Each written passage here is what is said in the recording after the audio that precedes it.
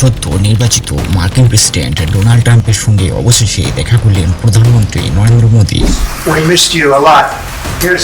বৃহস্পতিবার হোয়াইট হাউসে চলল এক দফা বৈঠক। দুই দেশের বাণিজ্য নীতি থেকে শুরু করে সামরিক কৌশল একাধিক প্রসঙ্গেই আলোচনা হয় দুই রাষ্ট্রনেতার মধ্যে।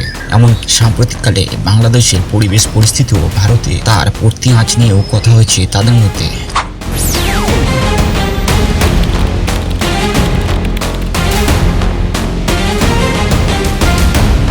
তবে এই দ্বিপাক্ষিক বৈঠকের মাঝে ভারতের সামরিক শক্তি বাড়াতে উদ্যোগী হয়েছেন ট্রাম্প। নয়া মার্কিন সরকার যে ভারতের সামরিক অবস্থাকে আরও মজবুত করতে চায়, সেই ইচ্ছাটাই জনমানুষের সামনে স্পর্শ করে দিয়েছেন রিপাবলিকান নেতা ডোনাল্ড ট্রাম্প। তিনি বলেন, প্রধানমন্ত্রী মোদী ও ভারতের প্রতি আমি একটা বিশেষ টান অনুভব করি। সেই কারণেই এই বছর শুরু থেকে ভারতের সামরিক ক্ষেত্র আরও মজবুত করতে চায় আমেরিকা। সেই সূত্র ধরেই ওই দেশে নিজেদের সামরিক সরঞ্জাম বিক্রির পরিমাণ বাড়াতে চলেছি আমরা।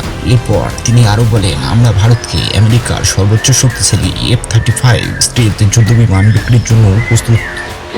Starting this year, we'll be increasing military sales to India by many billions of dollars. We're also paving the way to ultimately provide India with the F-35 stealth fighters.